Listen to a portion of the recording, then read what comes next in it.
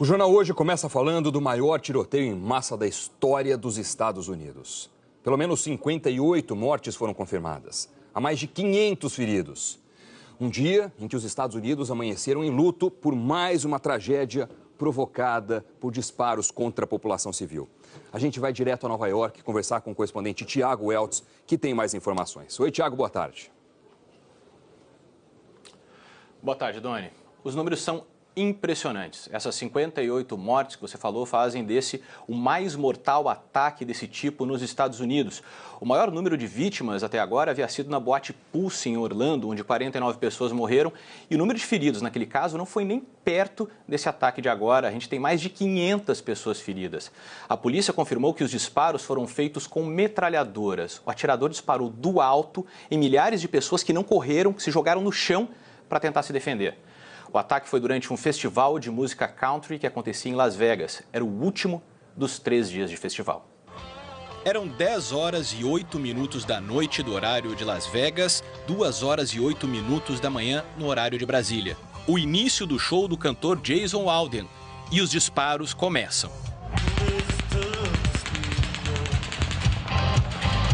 As pessoas demoram a entender que são tiros, até que o cantor para a música e corre do palco. Na plateia, o pânico se espalha. Os tiros param por alguns segundos, mas logo depois recomeçam.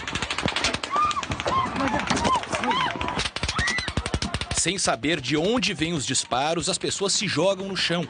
Ninguém imaginava naquele momento que o atirador estava no alto. O show acontecia em Las Vegas, Nevada, nesse terreno, ao lado do tradicional hotel Mandalay Bay, na principal avenida de Las Vegas. Essa foto do ano passado mostra uma estrutura parecida com a de ontem e dá uma ideia de como a plateia estava ao alcance do atirador.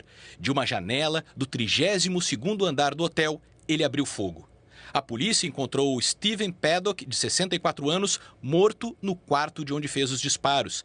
Ele tinha 10 armas com ele, pelo menos 8 fuzis ou metralhadoras e 200 pentes de munição que alimentaram as armas do maior ataque desse tipo da história americana. Paddock tinha licença de piloto de avião e era morador de Mesquite, em Nevada. 22 mil pessoas assistiam ao show. Esse homem disse que foram momentos de caos e pânico. As pessoas corriam para todos os lados. Essa mulher contou que tentou se esconder. Eram tiros para todos os lados e muitas pessoas mortas. Foi horrível. A gente continua conversando com o Tiago Weltz para saber agora, Tiago, como andam as investigações, o que já se sabe a respeito do atirador também. Doni, o irmão do atirador deu uma entrevista agora pela manhã a um jornal de Orlando, onde ele mora. Ele disse que está chocado e que não entende o que aconteceu. Ele disse também que o irmão não era ligado a nenhuma religião ou partido político e que nem era um aficionado por armas. O chefe do Departamento de Justiça dos Estados Unidos, Jeff Sessions, se encontrou agora pela manhã com o diretor do FBI e disse que as investigações sobre o ataque estão avançando. Mas ainda há mais dúvidas do que certezas sobre o que motivou o massacre. Stephen Paddock foi localizado pela polícia depois de disparar contra a multidão. A primeira informação oficial era de que o suspeito tinha sido morto por policiais. Mais tarde, o xerife Joseph Lombardo afirmou que o atirador se matou antes da chegada das forças de segurança. Ainda não se sabe qual a motivação do ataque. O atirador fez check-in no hotel na última quinta-feira. A suspeita é de que ele tenha agido sozinho. A polícia chegou a dizer que Marilu Dunley, companheira dele, também estava em Las Vegas, mas pouco depois o envolvimento dela foi descartado. Ela não estava com ele no hotel, mas o atirador usou a identidade dela. Marilu, de origem asiática, está fora do país e não é mais considerada suspeita, disse a polícia. Um dos carros usados pelo suspeito já foi localizado. A polícia bloqueou o caminho para a casa de Paddock, em Mesquite, 130 quilômetros a nordeste de Las Vegas. Os registros mostram que ele morava na mesma casa desde 2015. Paddock não era conhecido pelas autoridades federais, mas há 7 anos teve uma pequena passagem pela polícia local. O Estado Islâmico assumiu a autoria do ataque e disse que o atirador se converteu ao Islã meses atrás. O FBI, a Polícia Federal Americana, disse há pouco que não vê nenhum indício de participação dos terroristas do Estado Islâmico ou qualquer outro grupo internacional nesse massacre. As imagens do momento da tragédia foram feitas pelas pessoas que assistiam ao show em Las Vegas.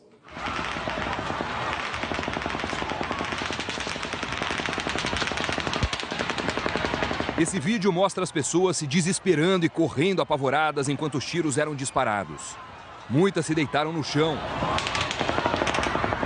A pessoa que gravava o vídeo estava num camarote e pedia para as outras se abaixarem.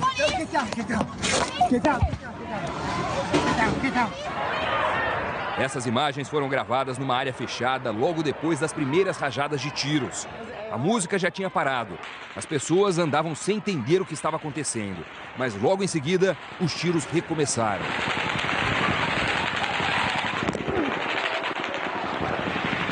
As pessoas se abaixavam perto do balcão e gritavam. Nesse outro, cenas semelhantes registradas durante o tiroteio.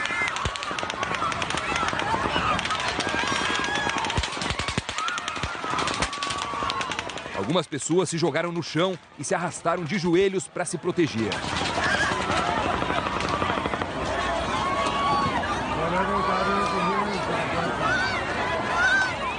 Esse vídeo, também postado em redes sociais, mostra o momento em que vítimas são socorridas no chão.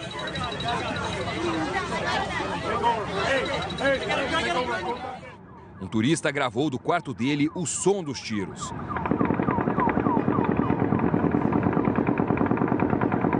Ele disse que o atirador parecia estar do outro lado da rua.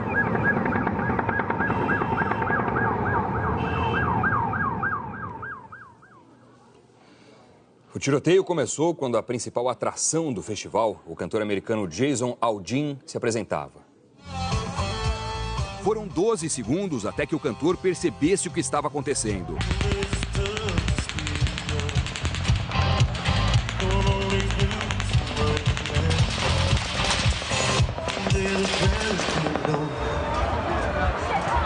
Ele cantava a música When She Says Baby, a última de sua apresentação no festival country Route 91 Harvest, que ocorria em Las Vegas desde a noite de sexta-feira, dia 29 de setembro. Jason e sua equipe saíram correndo do palco ao perceber que o barulho era de tiro. Nas redes sociais, ele descreveu a noite como horrível. Jason manifestou sua solidariedade às vítimas e informou que todos de sua equipe estão bem. O presidente americano Donald Trump fez um pronunciamento na Casa Branca sobre o tiroteio de Las Vegas. O nosso correspondente em Washington, Luiz Fernando Silva Pinto, acompanhou e conversa com a gente ao vivo. Oi, Luiz Fernando, boa tarde. O que é que o Donald Trump disse, hein? Boa tarde, Doni. Um dia triste. Donald Trump disse que o país precisa se unir em um momento de tristeza e de sofrimento causado por um ato de maldade pura. Segundo ele, é impossível medir a dor dos que perderam entes queridos. E ele falou que a esposa, Melania, e ele estão orando pelos que morreram e pela recuperação dos que estão feridos. Os Estados Unidos, disse ele, não vão se quebrar sob a violência. Ele ordenou que as bandeiras no país sejam abaixadas a meio mastro. Disse que na quarta-feira vai a Las Vegas visitar as vítimas e acompanhar as investigações. Finalmente, ele pediu que Deus dê força ao país para seguir em frente. Essa tragédia, Doni, representa para Donald Trump o desafio não só de como responder hoje, mas de como agir daqui para frente, para transmitir uma sensação de segurança a um país que passa por atrocidades assim com frequência.